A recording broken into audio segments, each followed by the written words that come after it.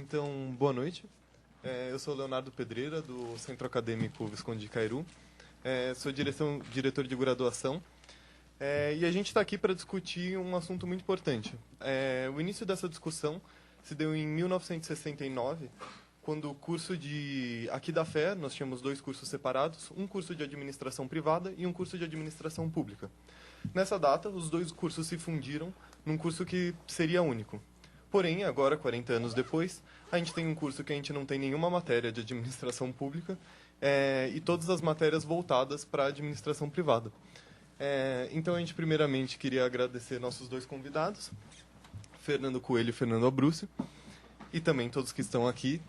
Muito obrigado, alunos e funcionários e professores que vieram homenagear os nossos dois palestrantes. Eles são os coordenadores dos cursos.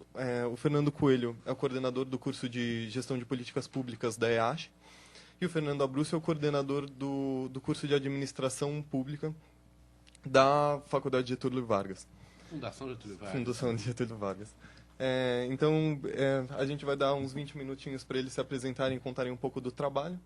Então, Fernando Coelho pode começar. Os mais jovens primeiro.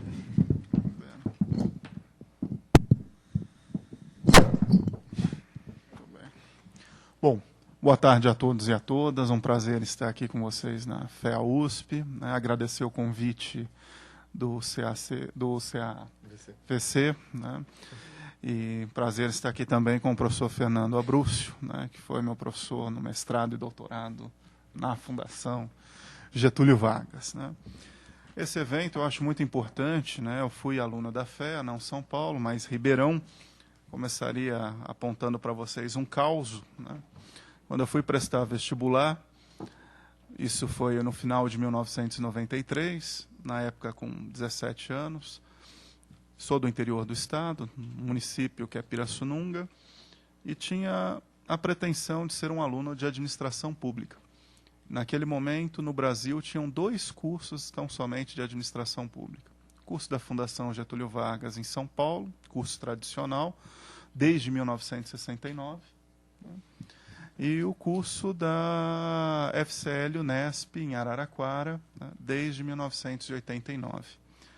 Naquele ano também, a partir de meados de 94, abriria o curso de graduação em Administração Pública da Fundação João Pinheiro, em Minas Gerais, que durante os anos 90, né, e na primeira metade dos anos 2000, esses três cursos aí compuseram a tríade do ensino de administração pública em nível de graduação no Brasil.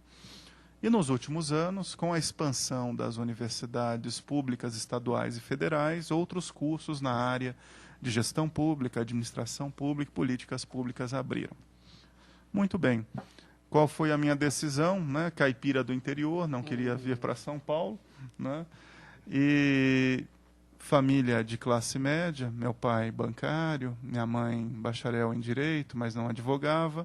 Quando fui dizer a eles que faria o curso de administração pública, eles dizem: meu filho, administração pública, veja, acabamos de ter o impeachment do presidente Collor, eu acho que essa é uma área que não vai prosperar no país, né?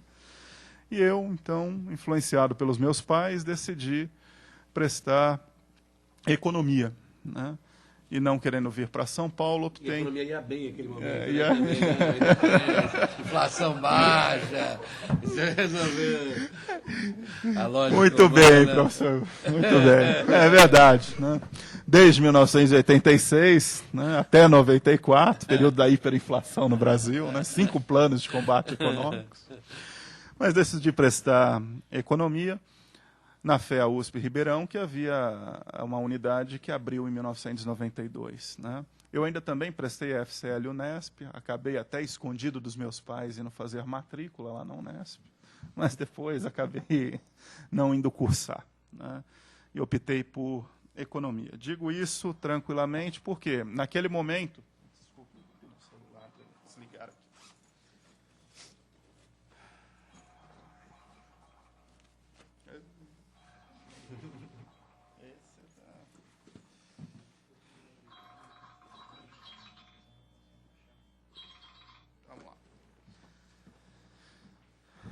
Naquele momento você tinha mais ou menos uns 350, 400 cursos de bacharelado em administração no Brasil. E a tradição sempre foi desses cursos, né? Sobretudo a partir do início dos anos 70, a partir dessa descrição que o Leonardo fez, coincide com o momento que o curso da fé, inclusive, é extinto, né? Em 69, se deslocam para pensar a administração muitas vezes como sinônimo de gestão empresarial. E essa é a matriz pelo qual se desenvolve o campo de conhecimento em administração no Brasil, né? A administração sempre teve essa matriz de gestão empresarial, sobretudo a partir dos anos 70. E agora, nos últimos anos, que essa comunidade de gestão, administração pública e políticas públicas renasce muito a partir de duas agendas. Uma primeira agenda é a agenda de reforma do Estado, que começa em meados dos anos 90, e uma segunda agenda, até anterior, mas cujos desdobramentos começam a ficar mais claros no final dos anos 90 e a partir dessa década de 2000, que é a Constituição de 88, né? E a partir do momento que o Estado recupera a capacidade de investimento, começa a transformar muito dos direitos sociais em políticas públicas, né? Os municípios aí também ampliando o seu papel enquanto ente da federação. Então, tudo isso vem criando, né, uma agenda muito forte de gestão em políticas públicas e também o deslocamento do conceito de gestão pública, que antes era só fechado mesmo numa perspectiva de gestão governamental, ponto de vista da gestão interna dos órgãos do Estado, para também se pensar hoje uma perspectiva de Estado-rede, né, o diálogo com o terceiro setor, né, seja as fundações, os OCIPs, OS, ONGs, associações comunitárias, movimentos sociais e assim por diante, como também com a iniciativa privada, né, a partir aí de características das parcerias público-privadas, os projetos de responsabilidade social e ambiental, os trabalhos de relações governamentais, né, as consultorias para governo, um mercado que vem crescendo bastante, inclusive, né. Então, essa agenda cresce. Na medida em que essa agenda cresce, ressurge o nosso campo, que hoje a gente chama de campo de públicas, né, composto aí por aproximadamente uns 40 e pouco cursos de bacharelado nas principais instituições de ensino desse país, né, nas federais, nas estaduais e também na Fundação Getúlio Vargas, além dos cursos de graduação tecnológica, muitos ofertados pela iniciativa privada, muitas vezes em acordo com prefeituras municipais, como processo de qualificação e requalificação de funcionários públicos, e também alguns cursos à distância, né? Mas é uma comunidade muito pequena quando se compara, por exemplo, com o tamanho da comunidade de gestão empresarial, de administração de empresa em nível de graduação, que hoje já se ultrapassa, né, mais de 3 mil cursos no Brasil, né, e tem quase que aproximadamente 20% dos alunos matriculados no ensino superior brasileiro estão dentro do curso de administração, né? Se somar aí administração, direito, pedagogia e enfermagem, já chegam a quase 50%. Né? São os cursos mais robustos no ponto de vista de atração do alunado. Bem, o que eu gostaria de falar, aqui já falei um pouquinho mais que 5 minutos, né, nos próximos 10, 15 minutos que eu ainda tenho, é contar então para vocês um pouquinho dessa história, né, para chegar nesse quadro que o Leonardo fez referência.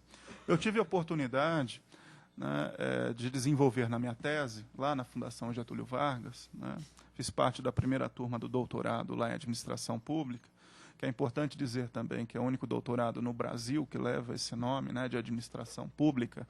Em nível de mestrado não passamos de 10, né, quando você já tem mais de 100 programas de mestrado em Administração no Brasil, no âmbito da ANPAD.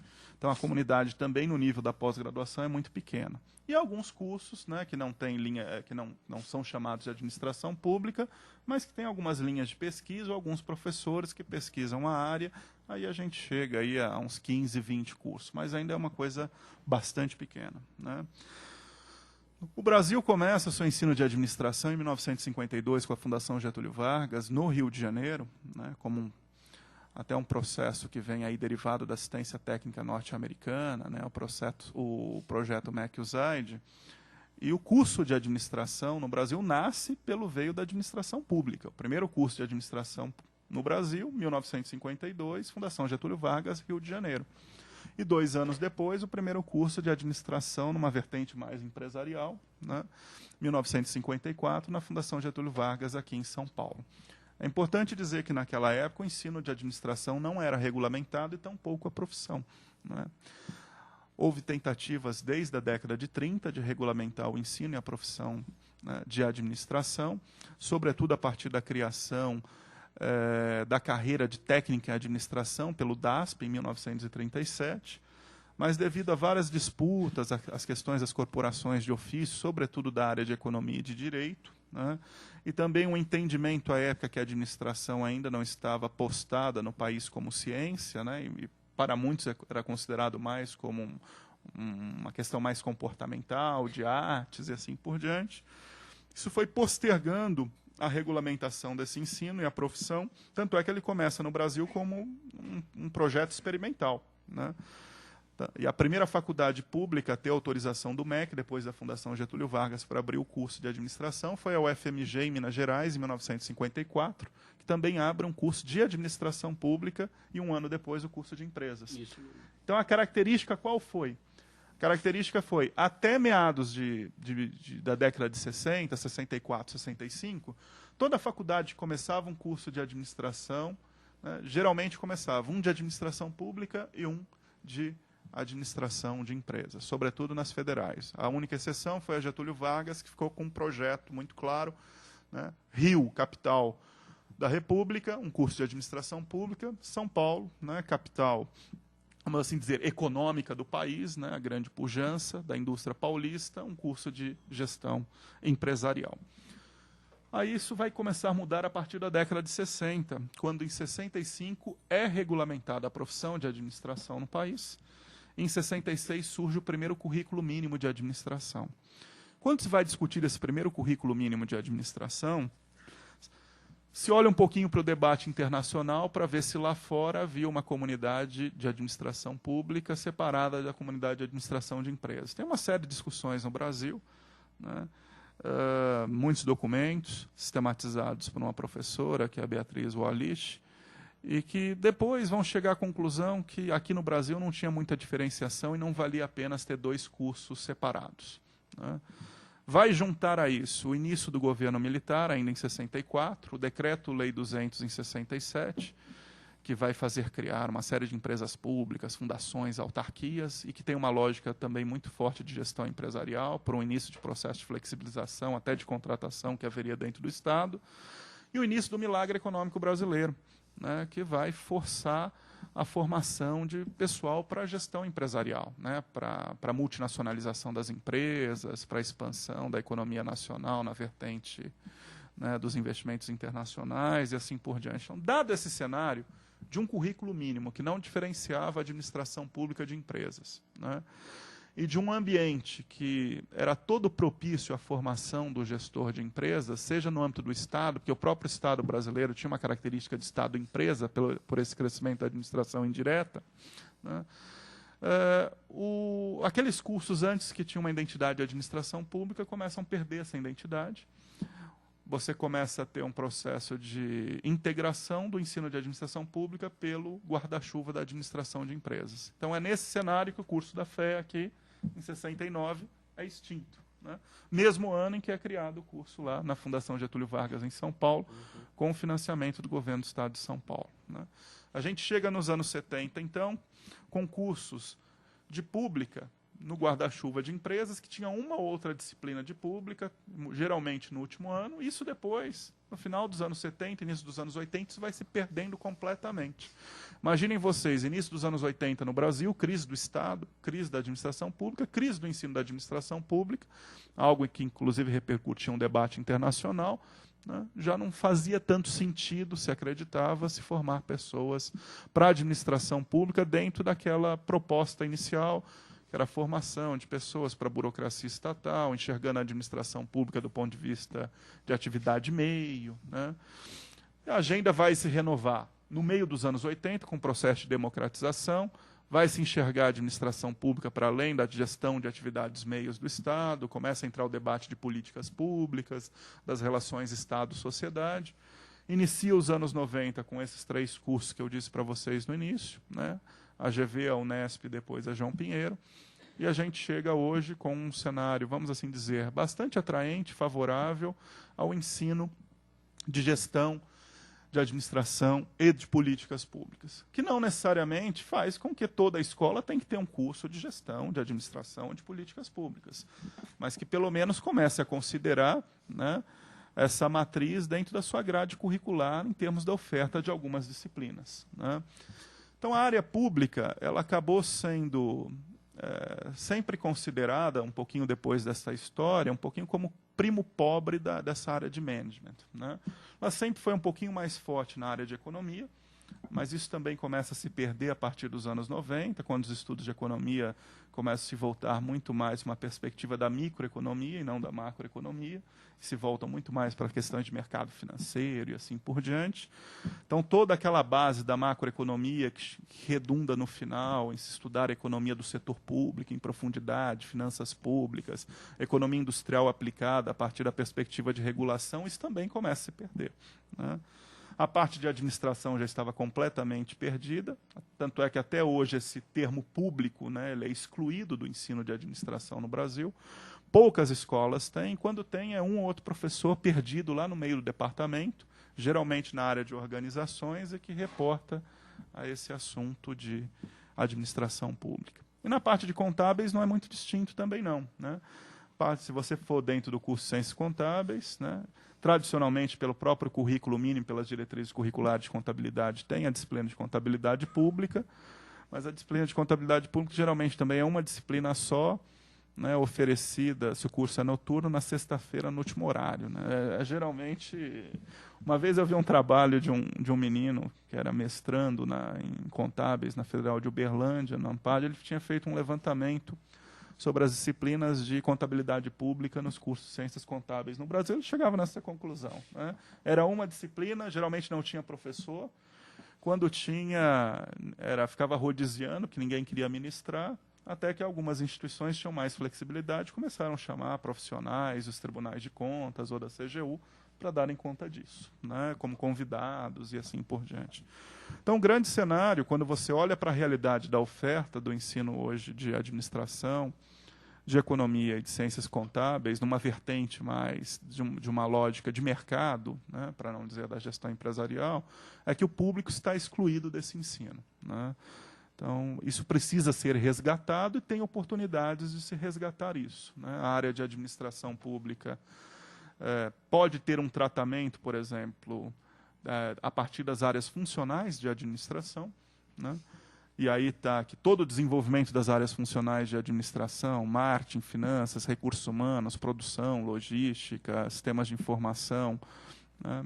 Muito dos estudos nessas áreas são só voltados para a gestão empresarial, e muitas vezes esses estudos ainda não estão bem cobertos para a área do setor público. E até são desvalorizados, até dentro, às vezes, do próprio ensino de administração pública, que são considerados uma coisa de management, né? E o Brasil ficou durante muito tempo sem formar gente nessa área. Hoje você também tem dificuldades de encontrar docentes nessas áreas, até porque os programas de pós-graduação nos anos 80 e 90 acabaram se formando muito mais para a perspectiva de estudos de governo, de políticas públicas e de Estado, do que aquela perspectiva inicial de public management, né? Quem trabalhava fortemente essa perspectiva de public management no Brasil era a Fundação Getúlio Vargas do Rio de Janeiro, né, na sua pós-graduação, mas vem também perdendo e essa identidade vem se diluindo. Mas tem oportunidades, né? Então, estávamos até aqui conversando com os colegas que estão organizando um evento, né, de gestão de pessoas aí para debater com o setor público, né? Quem que discute hoje gestão de pessoas do setor público no Brasil com identidade de setor público? Uma discussão técnico-política entre os estudos de burocracia, com os estudos de recursos humanos no setor público, né? Pouquíssima gente, né? Você põe aí 5, 10 pessoas, geralmente são muito mais especialistas que estão na máquina governamental do que necessariamente pessoas que estão dentro da academia. Na academia, as pessoas acabam estudando mais temas transversais, elas não são especialistas nas áreas funcionais, né? Então, tem um ou outro ali que estuda dirigentes públicos, um ou outro que está estudando sistemas de avaliação e assim por diante, né? Um ou outro que está estudando carreiras, né? Produção e logística, né? Hoje, um debate importante em termos das políticas públicas é a implementação das políticas públicas, né? Dentro do debate de análise de políticas públicas, muito forte na ciência política, né, a literatura avançou muito dentro das questões de agenda, processo decisório e formulação, e vem avançando um pouquinho nos últimos anos em termos de avaliação. Mas a questão de implementação tem uma relação muito forte com gestão, e ela precisa dialogar com gestão, né? Então, quem estuda hoje, por exemplo, políticas públicas de base logística, ou logística aplicada às políticas públicas, que é uma coisa fundamental e que atravanca muitas vezes os processos de implementação de políticas públicas. Quem está estudando compras governamentais, né? Quem que está estudando sistemas de informação do setor público, já tem uma comunidade até grande de governo eletrônico, assim por diante, já é um tema até bem mais trabalhado. Aliás, as duas áreas funcionais de administração mais bem trabalhadas na área de administração pública, sistemas de informação com a comunidade de governo eletrônico e finanças, que já tem uma comunidade tradicional de finanças, contabilidade pública, controle e assim por diante, né? E os temas de controle também têm tido uma abordagem cada vez mais técnico-política também, com a entrada da ciência política começando a estudar fortemente controle na última década, né? Tá aqui até a professora Abruzzo, tem um grupo de pesquisa forte na Getúlio Vargas que estuda os tribunais de contas. Marketing, né? Quem estuda hoje marketing no setor público, do ponto de vista, não estou falando de marketing político, não, ou marketing social, marketing de serviços públicos, atendimento de usuário cidadão, satisfação de usuário cidadão, unidades de atendimento, né? A pesquisa nisso ainda é muito pequena, e quando se tem ainda é um ou outro com temas transversais. Então, do ponto de vista do curso de administração, tem oportunidades grandes para a inserção da temática de administração pública até no desenvolvimento dessas áreas funcionais para o setor público, que muitas vezes nos programas de pós-graduação da nossa área de pública a gente não tem ou corpo docente ou mesmo tem linhas de pesquisa que se voltam tanto para esse desenvolvimento.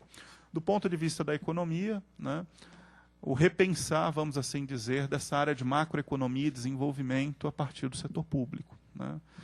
E, sobretudo, do aprofundamento das disciplinas de economia do setor público, finanças públicas, né?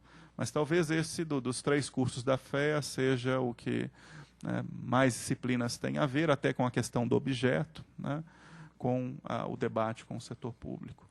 E aí tem um arcabouço muito forte da economia institucional, né, sobretudo para os estudos de regulação, né, nas últimas 2 décadas. E a contabilidade, como a gente acabou de dizer, uma oportunidade muito grande do debate de contabilidade pública, de controladoria no setor público, um debate muito recente, o debate de contabilidade de custos no setor público, né? Então, tem uma auditoria agora, a questão da auditoria operacional por resultados. Então, também tem um espaço grande para se crescer esse debate em termos das ciências contábeis. Enfim, né, oportunidades existem.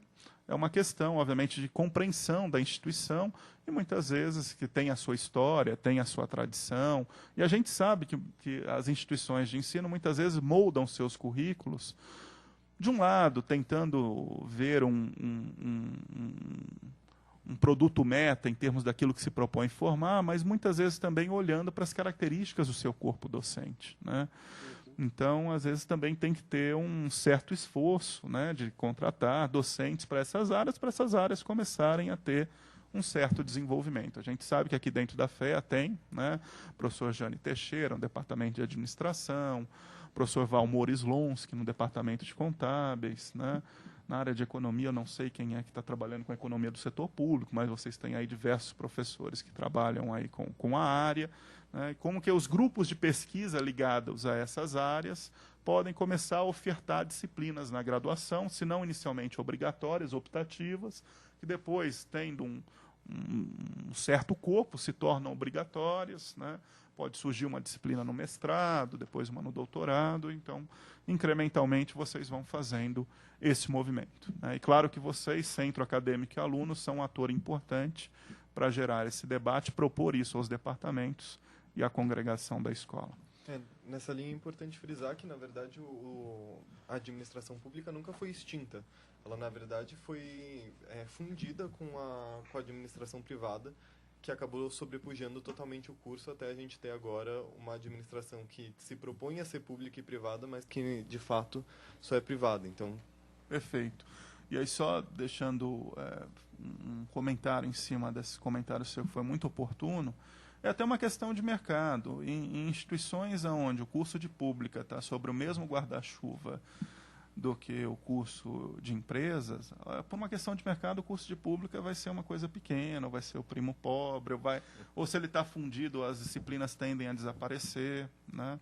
Veja o caso do esforço da Fundação Getúlio Vargas de até estruturar recentemente um departamento, ter um vestibular separado do curso de empresa. Isso não é uma questão da instituição A, B ou C, até é uma questão da experiência internacional. Lá fora também, onde o curso ficava ali, né, no guarda-chuva, por uma questão de mercado, o curso de business acaba, né, tendo uma grande sobreposição. E esse é um movimento que não aconteceu só na FE, isso aconteceu, né, em muitas instituições que ofereciam o curso de pública. E, por final, na questão da nomenclatura, as diretrizes curriculares de administração, aprovadas em 2005, permitem 2 nomes para os cursos de graduação, né? Ou você usa só o nome de administração, sem adjetivação, né? Mas que a gente sabe que no Brasil esse nome, administração, sem adjetivação, carrega simbolicamente a ideia de gestão empresarial, ou você usa o nome de administração pública, que é um nome que é permitido, né? E que alguns cursos usam, como é o caso do curso da Fundação Getúlio Vargas, né? E tem outros cursos que nascem fora da matriz curricular de administração, né? Talvez tentando fazer um debate mais multidisciplinar, mas isso não quer dizer também que é mais ou menos multidisciplinar, mas isso vem da história dos cursos recentes. Tem os cursos, por exemplo, como o nosso lá na USP-LES, que se chama Gestão de Políticas Públicas. Tem os cursos também que se chamam Gestão Pública, tem os cursos que se chamam Políticas Públicas e tem alguns que estão usando até a nomenclatura Gestão Social, que é um pouco da conformação dos cursos de graduação que compõem isso que a gente chama hoje de campo de públicas. E aí, para terminar, lá na USP-Leste, o nosso curso se chama Gestão de Políticas Públicas, por quê? Quando o curso foi ser implementado, de 2004 para 2005, em primeiro lugar, que o Estatuto da USP, no seu artigo 11, proíbe a duplicação de um mesmo curso no mesmo município. Isso significava que, em 2005, se nós colocássemos o nome do nosso curso de administração pública, como já tinha aqui um curso de administração, não poderia ter, né? Então, eu vou dar um exemplo, eu tinha que inventar mais um nome. Vou dar um exemplo do que aconteceu lá. A ECA tinha um curso de turismo. A USP-Leste queria abrir um curso de turismo. Para aceitarem o curso de turismo lá, o curso de turismo na USP-Leste chama Lazer e Turismo. Né? Sensacional isso, né? E aí a gente não poderia usar a administração pública. Mas tinha um outro fator interno, que era a conformação do corpo docente. Corpo docente, parte dele, originário da administração pública, inicialmente, professor José Carlos Vaz, professora Evelyn Levi, mas parte dele também originário mais das ciências sociais, né? E o pessoal das ciências sociais queria também propor uma nomenclatura alternativa, até porque há, historicamente, um preconceito muito forte com o nome administração pública. Se associa muito a ideia da administração pública a uma questão de uma gestão pública insulada, autocrática, né? E aí, então, a ideia qual foi? Vamos montar um curso que tenha a parte de administração pública e de políticas públicas. Aí ficou gestão pública de um lado e políticas públicas do outro lado. E, para juntar isso, usaram a preposição de. O certo era ter usado o E. O nome correto do nosso curso seria Gestão e Políticas Públicas, olhando um pouquinho para a experiência internacional dos cursos de Public Policy and Management, né? Mas acabaram pondo o D pegou, né? Depois até outros cursos usaram essa nomenclatura no país, como é o curso da UNB, da Federal do Rio Grande do Norte, até há pouco tempo também o curso da Unicamp em Limeira, que mudou recentemente o nome para Administração Pública. Tá bom? Agradeço a atenção de vocês, mais uma vez parabenizo vocês pelo evento e desejo aí boa sorte, né, na retomada, vamos assim dizer, das disciplinas da área de públicas aqui dentro da FEA São Paulo. Obrigado. Okay.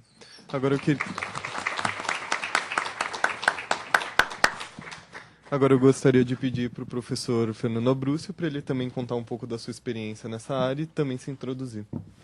Bom, obrigado, Leonardo. Obrigado pelo convite ao Centro Acadêmico. Prazer estar com o Fernando aqui.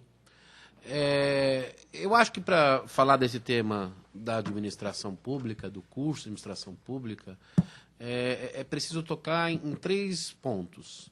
Primeiro, por que a questão da administração pública aparece nesse debate com vocês? Então, tentar entender um pouco o que significa isso. Segundo, como a administração pública está pensando, digamos, a questão profissional e sua inserção acadêmica no mundo contemporâneo. E terceiro, pensar como que a administração pública se interliga com outras áreas. Acho que são essas 3 questões, serão só essas 3 questões que eu vou tentar responder pelo tempo que tenho. E aí eu acho que vale a pena começar pela primeira, que é por que apareceu essa discussão de administração pública aí com vocês? Como o Fernando contou a história, na verdade, o curso de administração pública é uma história mal resolvida aqui na FE. Eu sou uspiano, estudei graduação, mestrado, doutorado, adoro a USP, não tenho nada contra a USP, muito pelo contrário. Mas é uma história mal resolvida na FE, uma história mal resolvida porque nem extinto foi, né, o curso. E quando houve o debate para a criação do curso da futura Escola de Administração e Ciências Humanas da EASH, venceu o juridiquês versus a definição de campos de estudo. Ou seja, venceu a ideia de que não podia, por conta de um artigo do Estatuto da USP, ter uma outra unidade na mesma cidade com um curso com o mesmo nome. Então, não podia ter isso.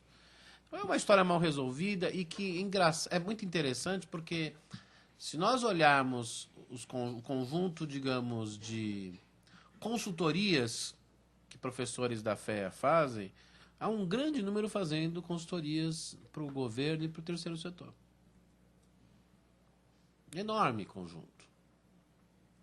Se nós olharmos para a área de economia, que concordo com o Fernando, as mudanças curriculares na economia, não só na FEA, em vários lugares, foram deixando tudo aquilo que a economia tinha falado sobre o Estado cada vez menor, afinal o Estado é o grande vilão.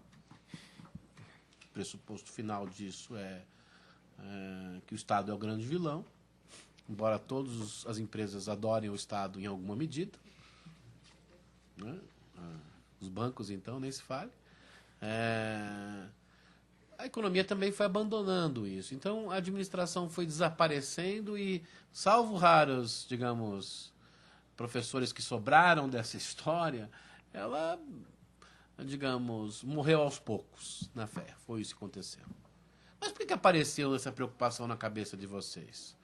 Ela apareceu porque, mesmo que de forma não tão clara, vocês devem estar percebendo que tem havido uma mudança nos últimos 20 anos na sociedade brasileira no campo de trabalho. Então as pessoas foram percebendo isso e tinham uma incongruência. No caso, o que a gente pode dizer é que, tanto do ponto de vista acadêmico quanto do ponto de vista profissional, a administração pública cresceu muito nos últimos anos. Como o Fernando lembrou, a gente tem quase aí 50 graduações na área de públicas, digamos, os cursos à distância no Brasil que tem maior número de alunos, o curso que tem maior número de alunos à distância no Brasil chama-se Gestão Pública, pasmem vocês. Universidades tradicionais como não vou falar de São Paulo para não parecer provinciano, mas a Universidade Federal do Minas Gerais, a Universidade Federal do Rio de Janeiro, a Universidade Federal do Rio Grande do Sul, a Universidade Federal do Paraná, eu estou falando dos estados mais importantes do país, criaram cursos de gestão pública. Foi isso que fizeram. Então foram criando, tal. Então há uma onda nesse sentido enorme, e vocês foram, acho que perceberam isso de alguma maneira, mesmo que não completamente elaborada. E isso tem a ver com 4 fenômenos, na verdade. 3 mais internos e um externo. 2, o Fernando falou sobre eles. Quer dizer, um é a discussão sobre reforma do Estado, todo o debate sobre reforma do Estado que iniciou-se no final da década de 80 e ganhou muita força na década de 90. Acho que aí o papel do ex-ministro Bresser Pereira foi muito grande. Esse tema cresceu muito do ponto de vista da pesquisa. O papel da Constituição de 88, porque a Constituição de 88 ampliou políticas públicas gigantescamente, criou de fato um primeiro estado de bem-estar social no Brasil. As manifestações juninas, assim que eu a chamo, que ocorreram em junho, não confundam com as festas juninas, as manifestações juninas em parte estavam falando o quê? Nos prometeram certos direitos, queremos esses direitos, não é isso? Então vamos lá, queremos os direitos, ganhamos os direitos, melhoramos em ponto de vista dos direitos, mas queremos serviços públicos de qualidade. Não estava aparecendo isso? Então, mas isso não é um fenômeno das manifestações juninas, é um fenômeno dos últimos 25 anos. Né? As políticas públicas ganharam uma força enorme no Brasil, tornaram-se um mundo enormemente complexo, nos 3 níveis de governo, num processo que ainda vai ter mais uns 25 anos para se consolidar, pelo menos, para brincar um pouco com os números. Então, isso mudou a área de administração pública. E eu acrescentaria 2 outras coisas que o Fernando não falou, mas que eu acho que são importantes. Uma é a democratização, quer dizer, a democracia instalada no Brasil vai gerar uma pressão por governos mais transparentes, né, por um tipo de governantes mais accountable, vai gerar digamos, uma multiplicação de atores na sociedade civil, enorme número de atores na sociedade civil que, de alguma maneira, vão atuar em gestão e políticas públicas. Então, isso teve um impacto enorme. ONGs, fundações empresariais, isso tem crescido muito no Brasil e no mundo, mas no Brasil fortemente vinculado à redemocratização. E um quarto fator, que aí vai além do Brasil, que é a redefinição do conceito de esfera pública. Quer dizer, quando a gente fala em esfera pública hoje, a gente está pensando não só em Estado, estrito senso, mas em Estado, ONGs, fundações empresariais, empreendedorismo social, parcerias público-privado. A gente pensa em governança global, tem a ver com isso, né, em termos de organizações internacionais. O espaço público foi redesenhado no mundo. E isso se rebateu tanto nos cursos pelo mundo como no mercado profissional. Se vocês olharem a literatura sobre os Estados Unidos, por exemplo, da década de 90 para cá, cresceu muito o número de cursos que a gente chamaria de Public Affairs. Então, os cursos de Public Affairs envolvem essa ideia de esfera pública mais ampla, com um número crescente de alunos. Fazendo um parênteses, lembrando, nos Estados Unidos, por boa decisão deles, e a nossa é errada, ninguém entra diretamente em nenhum curso de graduação profissionalizante. Isso é uma idiotice chegar alguém aos 17, 18 anos e dizer que o senhor será médico, advogado ou qualquer coisa que o valha. As pessoas entram num college. Primeiro vão ganhar alguma base e depois vão escolher. Depois disso, aí escolhem, por exemplo, e é crescente o número de alunos que saíram dos cursos tradicionais de International Relations nos Estados Unidos para cursos de Public Affairs. Agora, depois da crise de 2008, há um estudo mostrando que gente saindo dos cursos de business para entrar nos cursos de public affairs. Aliás, saiu recentemente uma matéria do Economist mostrando que as disciplinas dos MBAs americanos, cada vez mais, disciplinas portanto, de mestrados de administração como business, cada vez mais incluindo temas de public affairs. Então, esse processo atingiu o mundo acadêmico e atingiu o mundo profissional. Cresceu muito esse mundo profissional, que a gente pode chamar de uma esfera pública ampliada. E isso também se rebateu no Brasil, né? Então, esses 4 processos que nós falamos levaram à ampliação aí de cursos, a reformulação, por exemplo, do curso da GV aqui em São Paulo, como o Fernando estava falando. O curso teve uma reformulação enorme, do ponto de vista não só curricular, mas na forma de seleção dos alunos e dos tipos de assuntos com os quais a gente trabalha, da maneira, inclusive, como trabalha com esses assuntos. Então, houve uma renovação enorme na área pública, no mundo acadêmico e no mundo profissional. E aí eu conto, para terminar esse primeiro ponto das 3 perguntas, na verdade, quando a gente faz a reforma no curso lá de pública, na graduação em pública na GV, a gente fez 2 processos. Um era ouvir um pouco os stakeholders, né, os atores mais gerais, e outro fazer uma pesquisa internacional de cursos. A pesquisa internacional, eu já resumi aqui, é isso. Está crescendo gigantescamente o número de cursos de Public Affairs pelo mundo. Nós recebemos esse ano só nesse ano 3 delegações da China que estão criando cursos de Public Affairs em universidades chinesas. Então é um crescimento brutal. E quando fomos ouvir os stakeholders, a gente abriu um pouco mais, até um pouco pela ideia de esfera pública ampliada, e pessoal de governo, ONGs, fundações empresariais, organismos internacionais, parcerias público-privadas, empreendedorismo social, organismos internacionais, todas essas áreas que eu falei a vocês, dizendo: o mercado está crescendo muito e falta gente em administração pública. Fui numa reunião com o presidente do BID, estava juntamente o presidente da Colômbia, ambos são colombianos, e a brincadeira deles era a seguinte: o Brasil cresceu muito em termos geopolíticos, mas não ocupa, na mesma medida, os cargos em organismos internacionais. E o que é que a gente quer? Gente que pense em políticas públicas. Pense em gestão e políticas públicas.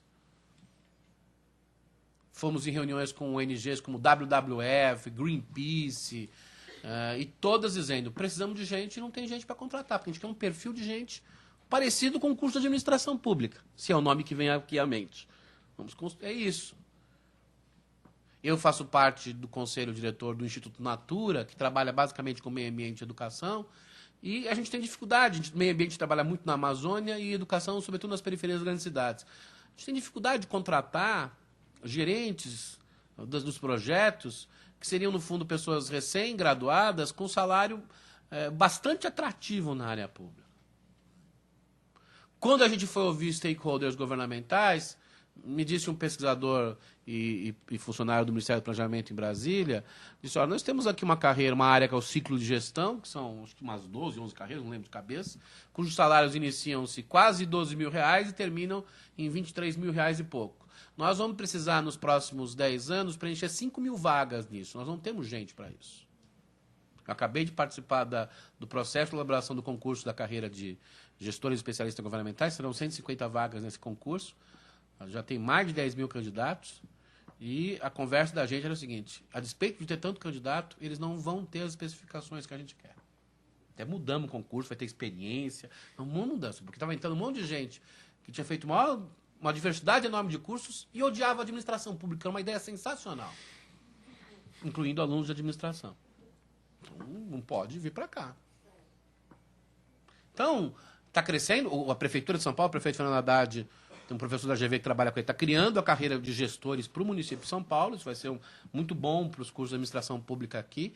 E é bom lembrar, vocês que gostam de matemática, que a idade média do funcionalismo público é bastante maior do que a idade média da população economicamente ativa. Professor, traduza. Significa que vai ter uma aposentadoria gigantesca de funcionários públicos, vai ter que contratar gente jovem.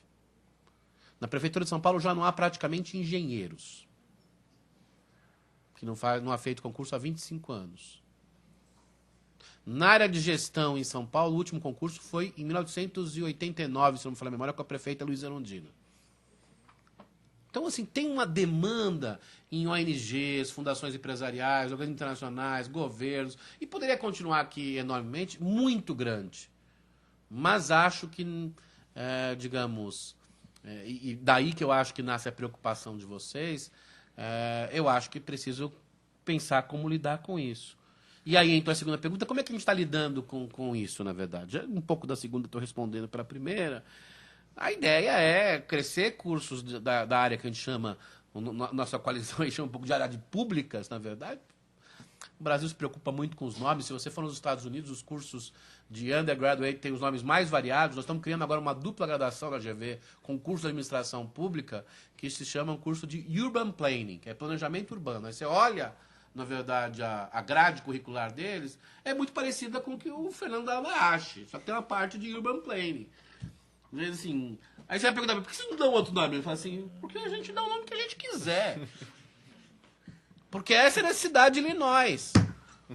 Universidade de Illinois. Tem a cidade de Chicago. A área de urbanismo revolucionou, inclusive, o departamento de economia em Chicago na década de 30. Eu não preciso mais de respostas. Então, os nomes podem variar, mas a preocupação é essa, a administração pública tem crescido, e do ponto de vista acadêmico, o que a gente tem pensado são 3 coisas. Primeiro, a área de administração pública é uma área interdisciplinar. Portanto, um bom profissional de administração pública tem que ter uma formação forte em economia, direito, ciência política. O nosso curso de administração pública na GV tem mais economias que o curso de administração de empresas. Porque para a gente, economia é mais importante que finanças. Então, a gente tem lá uma carga enorme de micro, macro, etc. e tal. Direito, para nós, é muito importante. Então, tem lá toda uma área, a gente tem uma nova escola de direito, então tem toda uma integração com a nova escola de direito. E assim por diante. Então, uma administração pública tem que ser um curso interdisciplinar.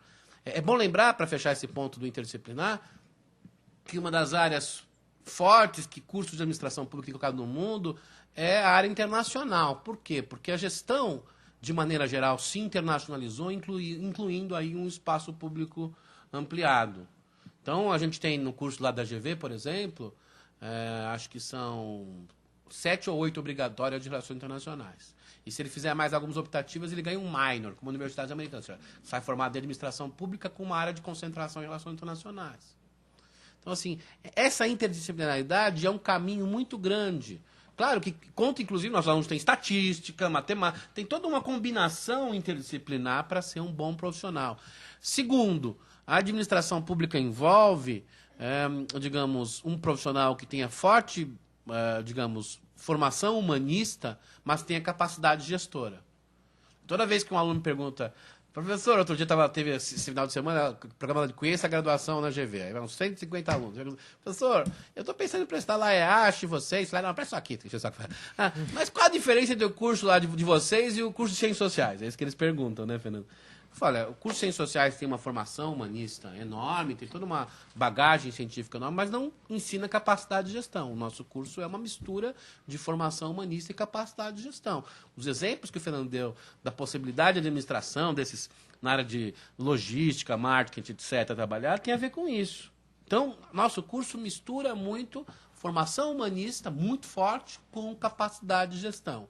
E um terceiro e último ponto aí, para fechar essa coisa de para onde vai a administração pública do ponto de vista acadêmico e onde vai do ponto de vista profissional, é misturar muito, digamos, conhecimento mais conceitual com conhecimento mais experiencial, para usar o termo da pedagogia. Ou seja, quando a gente está pensando em gestão, políticas públicas, em esfera pública ampliada, é importante ter toda uma bagagem teórica em ciência política, economia, direito, sociologia, etc., mas é preciso ter experiência muito rápida, ou seja, ter a capacidade de resolver problemas.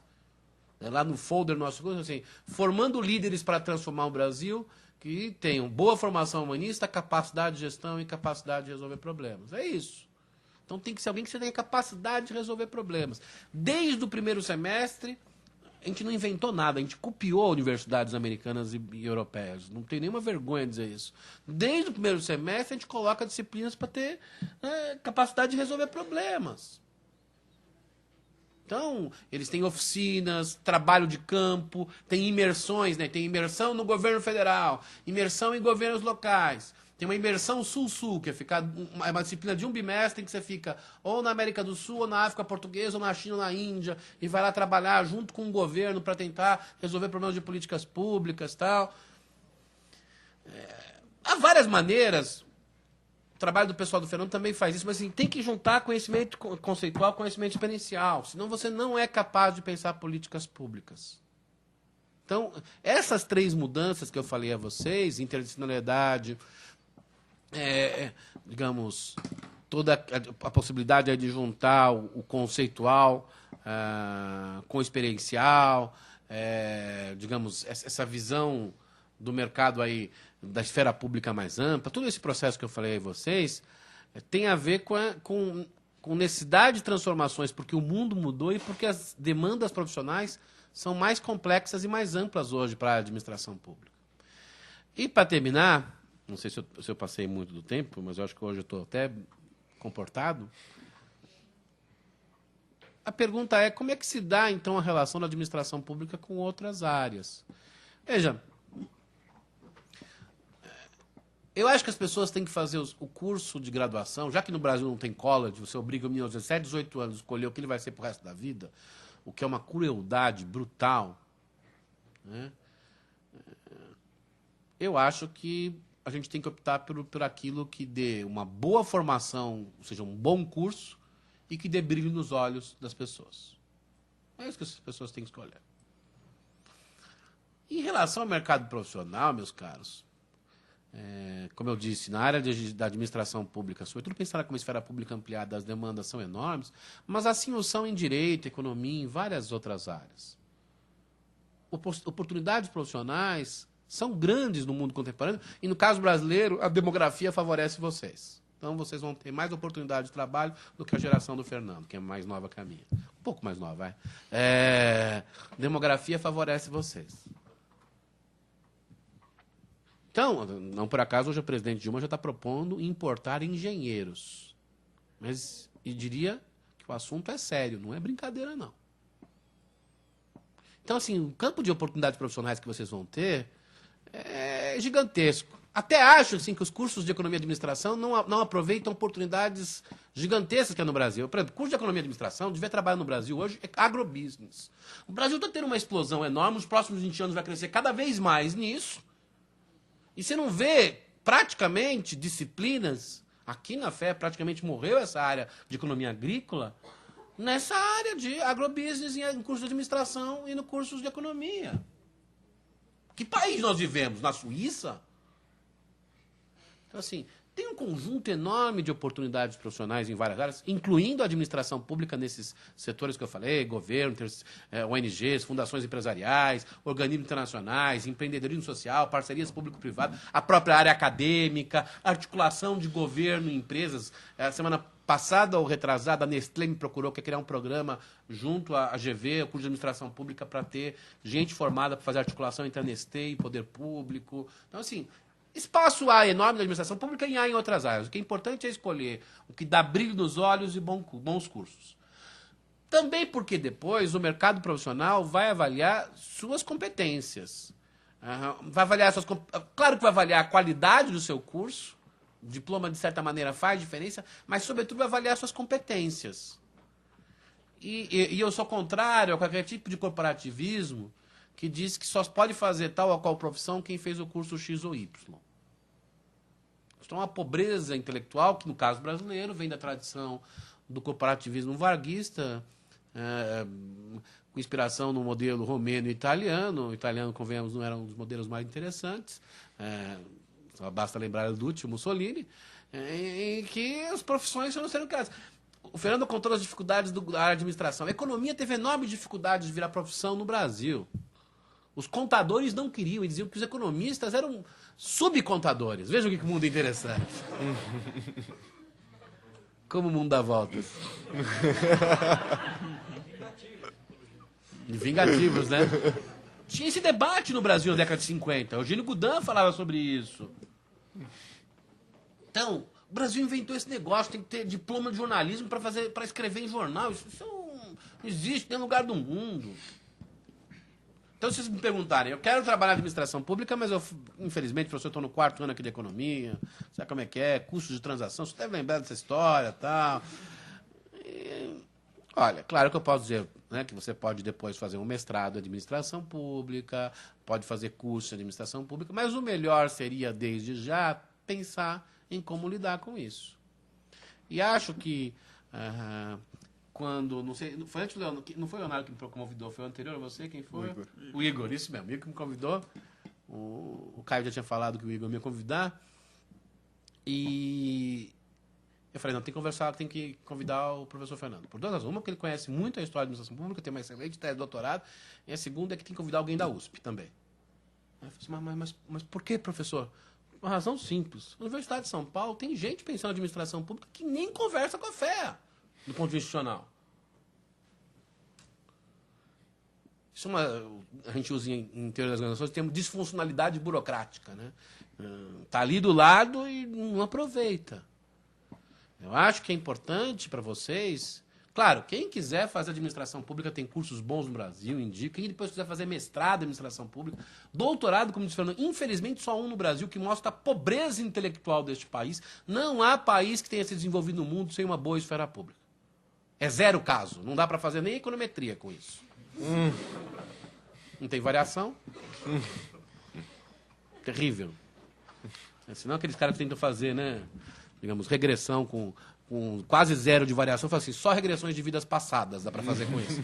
De resto, estatisticamente, se a matemática tiver razão, não faz sentido. Então, claro que dá para... Falei aqui do meu curso de graduação, falaria de mestrado, doutorado, cursos fora do Brasil, tem várias oportunidades. Mas se vocês pudessem, na graduação já, se fica um curso aqui, terem oportunidade, o primeiro lugar a se convidar é ligar para a EASH. Telefone não, tem telefone, e-mail, meios de comunicação muito modernos hoje. Eles ficam lá meio longinho, mas eles veem até que o Fernando chegou antes de mim. E eu trabalho na GV, que é aqui no centro. Então, assim, tem que começar a construir essas parcerias em graduação. Pelo menos primeiro pela própria USP, com a EASH. Tem algumas pessoas, muito poucas, na FEFELESH, que tem uma preocupação de gestão e políticas públicas. A área de ciência política nunca deu muita bola para, digamos, para a área de gestão e políticas públicas. Se forem lá no departamento de ciência política, eu fui formado lá em mestrado, doutorado, adoro todo aquele departamento, que fará 60 anos este ano, estarei lá na festa. Mas só tem 2 professores, efetivamente, que trabalham com políticas públicas, a Marta e o Edu. Só. O departamento acho que tem 32 professores. É um desastre. Como se no Brasil nós tivéssemos pré-estado de bem-estar social com as políticas públicas funcionando. É muito mais importante estudar no Brasil como as políticas públicas funcionam do que o sistema partidário. Não há uma dúvida quanto a isso. Então, mas está lá, mas pode tentar trabalhar, ver alguém que sobrou ainda da economia que tem preocupação com o Estado. Sobraram alguns. Tem alguns colegas que fugiram daqui um pouco, como o Ricardo Abramovay e outros, mas que podem ser recuperados sempre. Eu sempre digo que há a possibilidade de eles serem recuperados, né, e não é tão longe, eles ficam aqui pertinho. E começar a fazer essas parcerias. Podem, é claro, também fazer parcerias com outras instituições. Por exemplo, a gente tem uma parceria grande com a Unesp. Alunos da Unesp que fazem, na graduação, nosso curso contam crédito e vice-versa.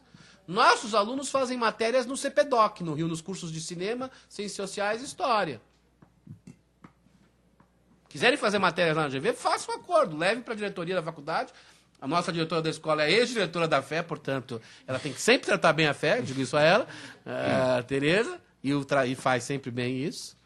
Então, tentar fazer acordos. Agora, é preciso, repito, claro que vocês podem fazer outra graduação, mestrado, doutorado, pós-graduação fora, etc., se quiserem esse conhecimento, se esse conhecimento der brilho nos olhos, e que ele tem muitas oportunidades profissionais como outros.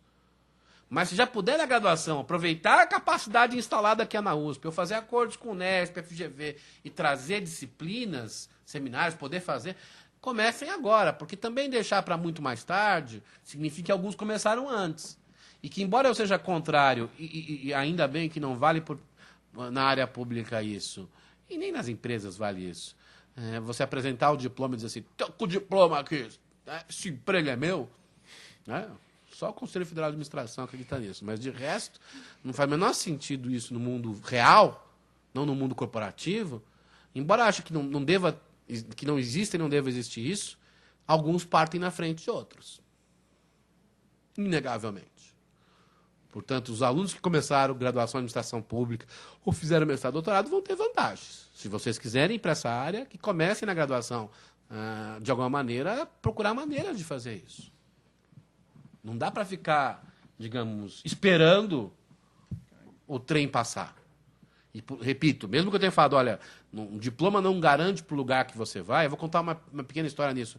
O nosso aluno, o melhor aluno da turma do semestre passado, que se formou no final do ano passado na GV em Pública, o Carlos Pinhatari, o Carlinhos era aquele assim, na GV tem aquelas coisas...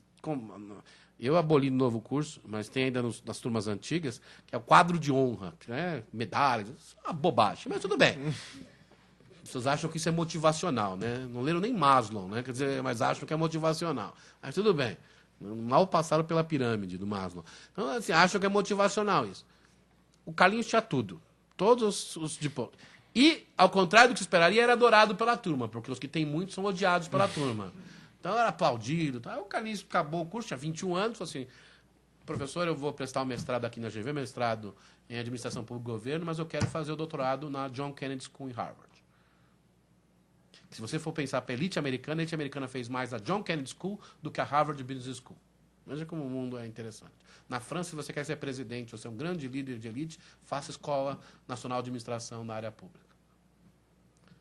No Japão, a mesma coisa com a Universidade de Tóquio.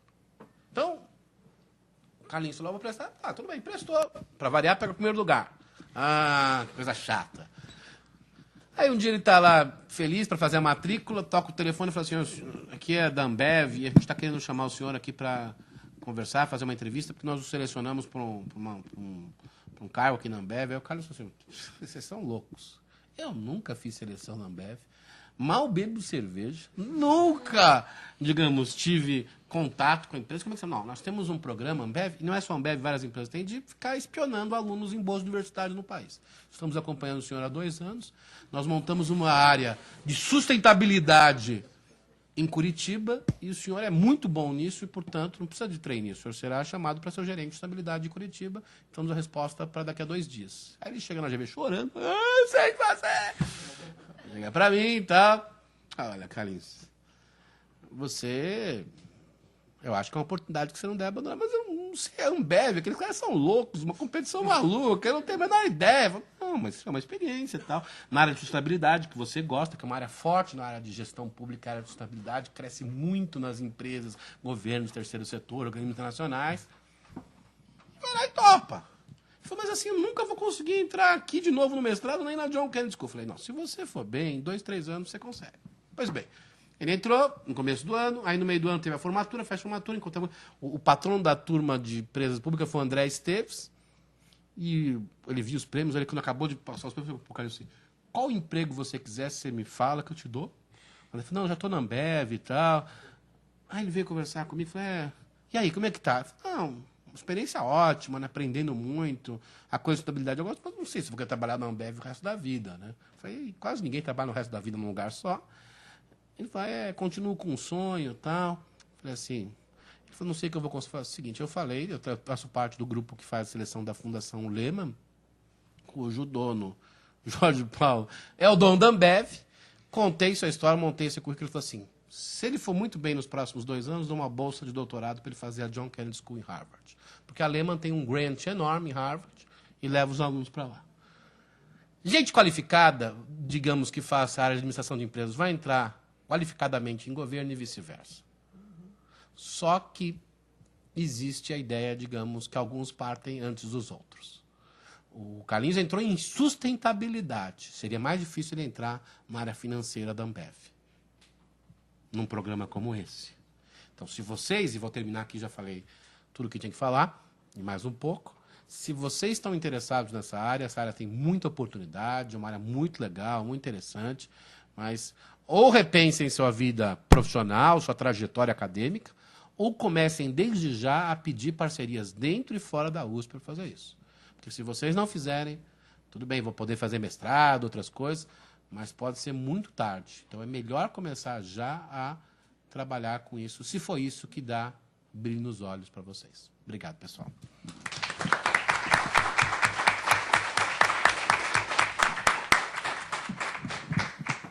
Agora a gente queria abrir um espaço aqui para perguntas da plateia para os 2 convidados. Levanta a mão que a gente leva o microfone até aí.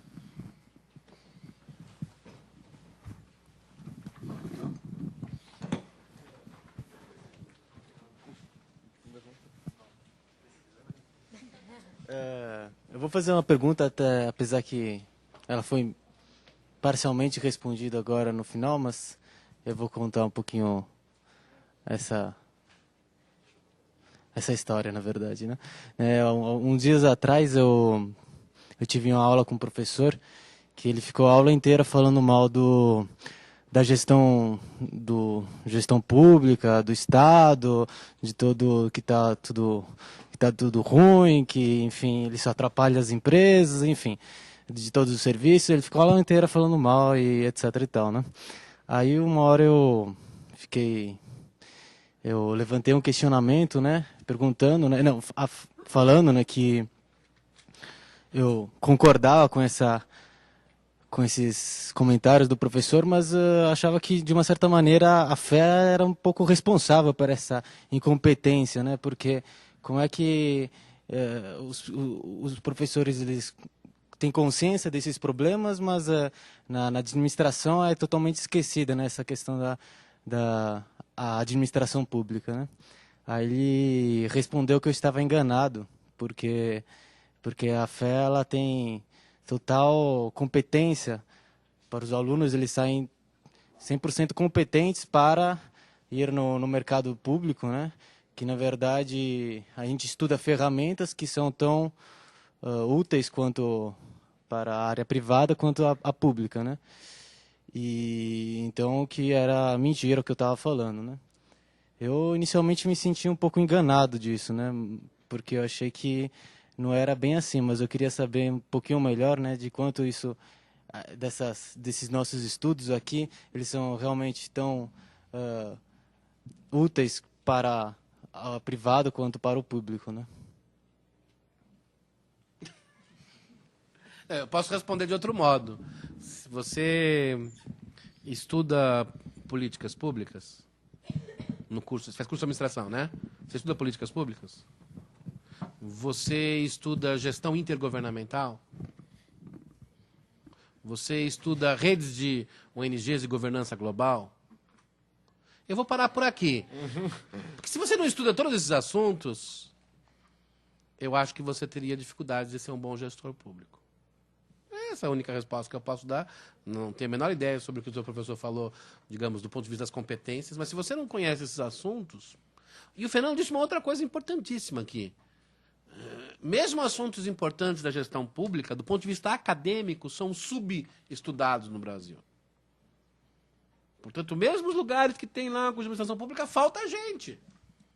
Eles fizeram um concurso uma vez lá de logística, não tinha gente, na verdade, para passar. O problema é que não tinha gente estudando o assunto. Então, sejamos humildes. A humildade é uma grande bússola para a racionalidade. Precisa estudar esses assuntos e tem assuntos que a academia brasileira, estou citando inclusive a própria Fundação Getúlio Vargas, precisa estudar melhor, para formar melhores gestores. Embora eu discordaria um pouco do seu professor só num ponto inicial. De fato, há muitos problemas nos serviços públicos, etc. Mas eu duvido que uma empresa privada faça algumas coisas que o setor público fez nos últimos 25 anos, com a sua própria lógica. Por exemplo, do ponto de vista da inserção de um sistema de saúde pública, só existe um país do mundo que tem saúde pública universal com mais de 100 milhões de habitantes. Ele chama Brasil. Segundo, se eu for pensar do ponto de vista da educação, o Brasil, nos últimos 25 anos, incorporou 30% das crianças de 7 a 14 anos que estavam fora da escola, e eu estou falando de um universo de 35 milhões de pessoas. Quantas empresas fazem isso? Então, você tem que ter um pouco de cuidado, há muitos erros e problemas, mas é muito fácil falar, digamos, do farol alheio, e é bom lembrar, para citar o estudo recente do IPEA sobre o Índice de Desenvolvimento Humano Municipal, que faz um retrato dos últimos 20 anos no IDHM, como a gente chama, a melhora que o Brasil teve é maior do que a maior parte das empresas tiveram em outros critérios que você poderia adotar do ponto de vista quantitativo. Só provocação.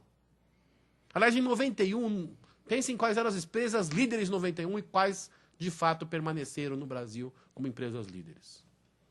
Eu fiz graduação em Ciências Sociais aqui na USP. Tenho um prazer e uma honra de ter estudado na Universidade de São Paulo. E como eu entrei numa outra faculdade que me deu bolsa gratuita, eu fiz comunicação e propaganda na SPM. Eu peguei o primeiro lugar, me deram uma bolsa integral, falei, de graça, na minha época, dizia até ônibus errado. E eu estudei marketing, estudando comunicação no mercado, etc. Eu lembro, na época que eu entrei na graduação, foi em 1987, quais eram as empresas líderes, né, share of mind, de todos os setores daquela época. Eu tenho uma memória terrível. Lembra só coisas absurdas. E olha, daquelas sobraram muito poucas. Então você tem que ter um pouco de cuidado com esse tipo de avaliação, porque parece que os mercados estão indo muito bem. Como a gente viu, né, recentemente, o sistema financeiro, em 2008, funcionou muito bem. Quem o salvou? A mãe Estado. Que empreendedor é o Ike Batista.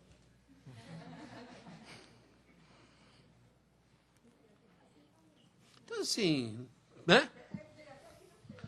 Então, assim, calma lá. Porque esse tipo de argumento é muito bonito de ser falado do ponto de vista, digamos, do senso comum. E as pessoas pouco analisam, na verdade, dados objetivos. E isso eu fui formado na USP, nas Ciências Sociais, o professor catedrático principal, o professor Florestan Fernandes, que ia de avental da aula, avental branco. Meio maluco, é claro. E toda a minha formação em métodos quantitativos, qualitativos, eu acredito que matemática faz sentido, eu acredito que ciência faz algum sentido. Então, quando começo a falar isso assim, quais são os dados? Você está comparando maçã com pera? Ou está comparando maçã com jaca? Tem que começar a fazer esses questionamentos. Porque, senão, fica esse argumento meio assim, digamos, misto de ingenuidade e má-fé. Né? Os governos políticos funcionam mal. Quem funciona bem são as empresas. Aí eu vou começar a citar a lista 87, quem ficou e quem não ficou. Eles precisam funcionar melhor, né? Então, eu acho que... Eu estou fazendo essa provocação, dizendo assim, tem muitos problemas de políticas públicas de gestão no Brasil. Mas cuidado quando parte dos problemas brasileiros vão além disso. E se, de fato, vocês são formados para lidar com esses problemas e para entender melhor isso, precisam conhecer aqueles assuntos que eu citei inicialmente. Se não conhece, tem algum problema de formação.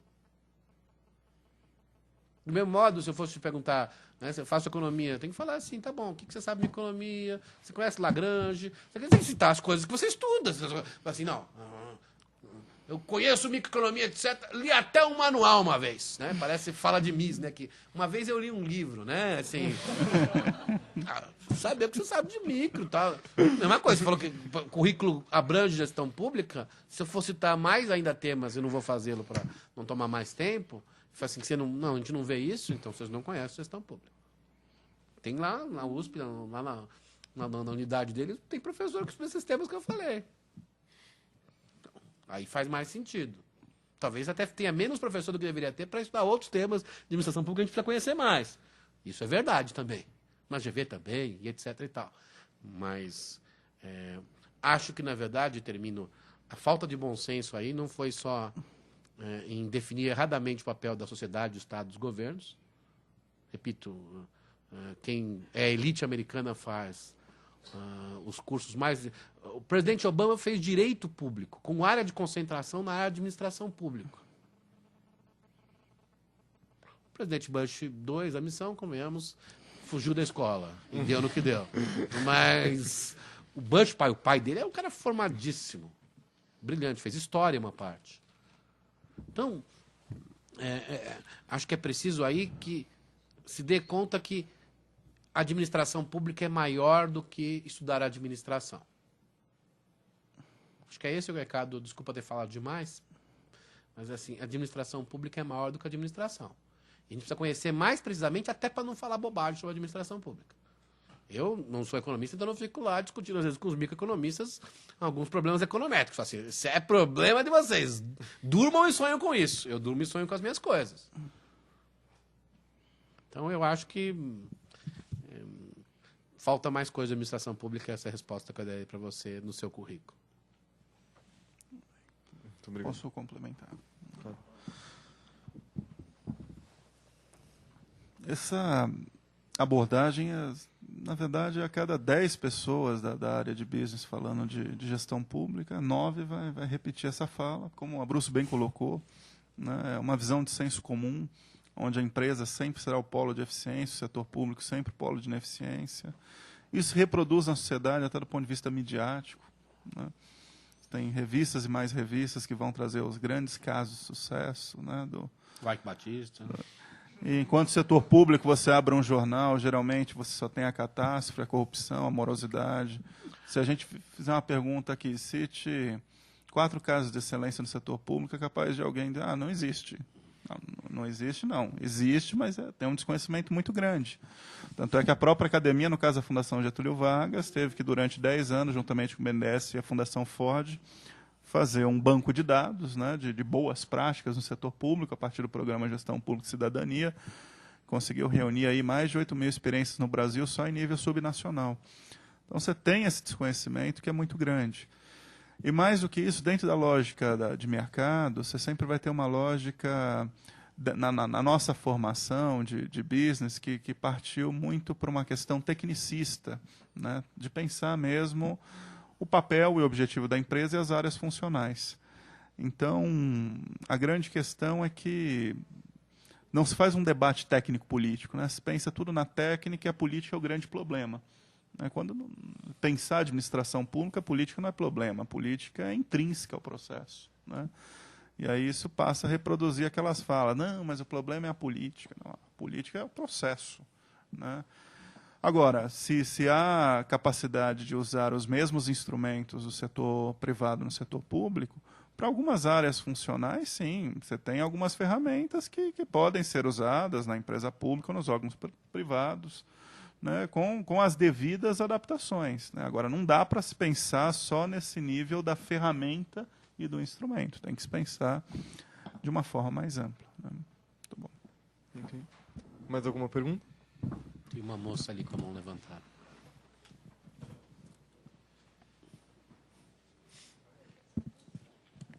Boa tarde.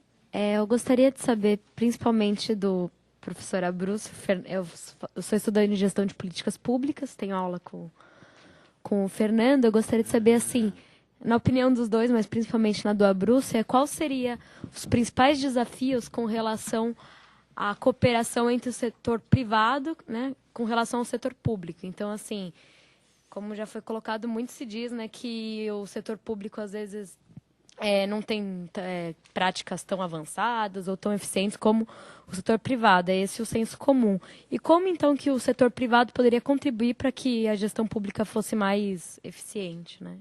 Eu acho que o setor privado já tem contribuído, né? Você tem, por exemplo, fundações empresariais. Mas quais são os desafios ainda nesse... Eu vou chegar, só falar. No setor privado, por exemplo, fundações empresariais atuam em várias áreas de políticas públicas. Só em educação, ano passado, as fundações empresariais gastaram 2,5 bilhões em educação no Brasil. Em políticas públicas de educação. Então, tem espaço enorme. Meio ambiente, é um trabalho enorme. Tem várias áreas. Já tem colaboração, apoio. Quais são os problemas para que isso se amplie? Acho que, primeiro, há preconceitos mesmo, né? Acho que é preconceito, setor público é ineficiente, setor privado é eficiente, etc. Acho que é preciso quebrar esses preconceitos, quebrar a ideia de que o Estado só atrapalha e o mercado ajuda. A Siemens que o diga, ultimamente. Outro dia o diretor da Siemens foi à Fundação do Vargas e está pedindo para a gente dar curso sobre corrupção. Porque eles foram punidos na Europa e tem que usar uma parte do dinheiro junto com o Banco Mundial para falar sobre cursos de corrupção. Os europeus levam muito a sério isso. É por isso que a Siemens está abrindo a boca. Então, assim, acho que tem que perder os preconceitos e mostrar que existe um espaço de sinergia muito grande. Repito, em algumas áreas isso já está crescendo enormemente. Hoje eu estava num seminário na GV de lei de responsabilidade educacional, estava o ministro do MEC, estava o pessoal da Câmara Federal, uma série de ONGs, e quem montou, junto com a Fundação, foi o Todos pela Educação, que é um movimento ligado a, digamos, a várias fundações empresariais. O patrono é o Gerdau, mas que tem universidades, tem movimentos sociais, etc. e tal. O pessoal da Justiça é muito forte no Todos pela Educação hoje, o pessoal do Ministério Público, etc. Os caras são muito fortes. E lá a gente está discutindo soluções entre políticos, empresários, acadêmicos, movimentos sociais sobre educação. Então tem que perder esses preconceitos, ver que a sinergia é fundamental. Não haverá avanço do agrobusiness no Brasil se não houver sinergia entre público e privado na área de infraestrutura. Você vai ganhar menos dinheiro. Óbvio.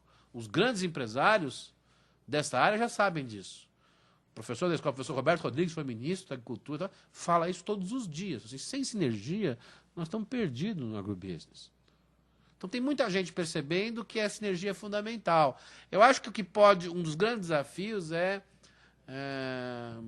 acho que tem dois grandes desafios importantes para fechar, que eu falei muito. Um é opinião pública, debate na mídia, que é muito ruim. Mais do que democratizar, porque às vezes também democratizar pode continuar falando bobagem, porque as pessoas não sabem nem o que é política pública. Falam bobagens assim, abissais. Um dia me liga um jornalista da Folha e fala assim: olha, o São Paulo, no Saresp, o governo do Estado teve um crescimento de 0,2 no indicador que seria similar ao IDEB, mas estadual e tal. O senhor não acha que São Paulo aumentou pouco? Eu falei assim: se aumentasse mais, alguém estava mentindo. Eu não tenho a menor ideia que em educação você não pode aumentar indicador muito fortemente, a não ser que você mate as crianças que têm pior nota. Não tem ideia disso. Formação matemática da pessoa é irrisória, né? Então, assim, tem que ganhar o debate na mídia em relação a políticas públicas e gestão. E o segundo desafio é, digamos, um compartilhamento, ou melhor dizendo, uma ampliação da formação de pessoas que pensem essa sinergia entre público e privado. Tem que formar mais gente que possa pensar setor público e privado. Em várias áreas. Infraestrutura, educação, em lobby. No Brasil é um país interessantíssimo. As pessoas falam mal do lobby. Quanto mais falarem mal do lobby, mais ele existirá, em vez de profissionalizá-lo. Regulamentar, advoca-se. Isso é importantíssimo. Então tem que fazer mais cursos de capacitação para as pessoas aprenderem a lidar com a sinergia entre público e privado. Tem muitas empresas, fundações empresariais, governos, o Instituto Etos, Tem muita gente interessada nisso. Mas, assim, ainda é pequeno, e aí volto ao ponto anterior, o debate na opinião pública é sofrível. Sofrível. Depois desse debate em relação a licitações na área de transportes em São Paulo, tem muita gente para dizer que não pode ter mais concessão privada. O sujeito joga a criança com a água do banho. Faltou as aulas de lógica. Você precisa é mais e melhor. Então, assim, precisa... O debate muito na opinião pública procura o mocinho, o bandido, quem roubou o quê, etc. E isso me cansa muito. Isso me cansa muito à direita e à esquerda. Então tem que ser mais séria a discussão em termos de políticas públicas. E não tem jeito. O Brasil, para se desenvolver nos próximos anos, vai ter que ter sinergia entre público e privado. Esse é um desafio do país para os próximos anos. Os problemas a gente vai resolvendo, mas tem que ter essa sinergia. Não sei se eu respondi, mas... Mais alguma pergunta? Beleza, então a gente encerra aqui esse debate sobre a gestão pública. Queria agradecer novamente aos dois professores por estarem aqui, aos participantes, e também no Igor, que não pôde estar aqui, mas que foi, na verdade, quem organizou, né? Tá de espírito. quem fez esse evento ser possível. Muito obrigado a todos e boa noite. Obrigado.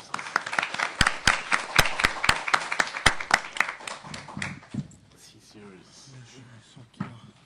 Muito obrigado. Pessoal, se alguém quiser pegar um folder lá do nosso curso na USP, lembrando que, em média, a gente tem recebido uns 10 alunos da FEA por semestre nas nossas disciplinas. Tá, ok?